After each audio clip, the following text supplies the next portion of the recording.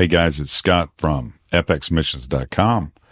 Just a note, I've finished the trilogy of Anthologies from the Forefront, and all 3 books are currently available on Amazon. Take your leadership to the next level. It's time for the Foundational Missions Leadership Moment with Scott McClelland of FX Missions. Hi, it's Scott McClelland with your Leadership Moment. Thanks for tuning in.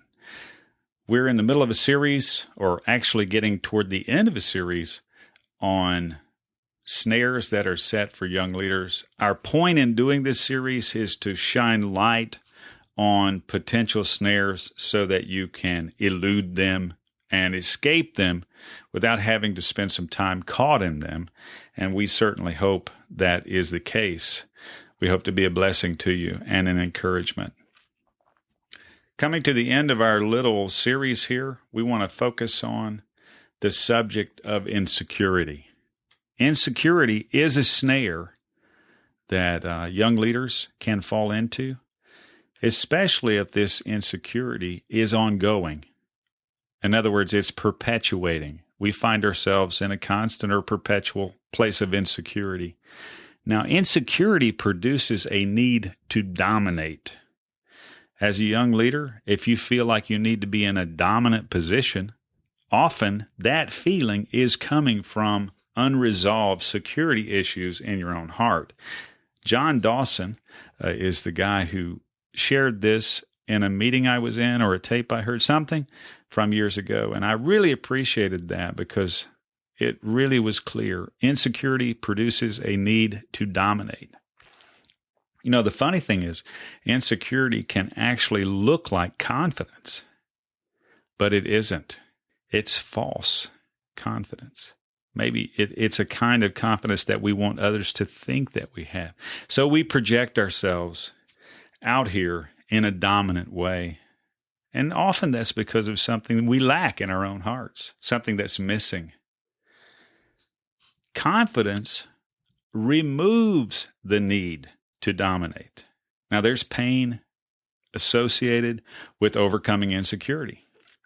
The first of which is acknowledging that you're insecure, including taking responsibility for how this is affecting your behavior toward others and how it's negatively impacting your relationships. You have to take responsibility for those things, and you have to be able to embrace it. And that's painful. Let me ask you this when it comes to insecurity and our interactions with others.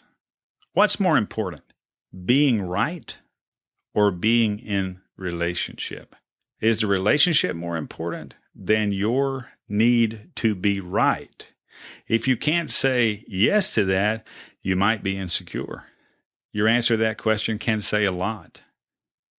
Much of what we consider confidence in others or in our own projection is actually the opposite. And much of what we consider, for instance, righteousness, is actually self-righteousness, especially if it exalts us over another. We should not exalt ourselves, but rather, according to the biblical admonition, we should humble ourselves.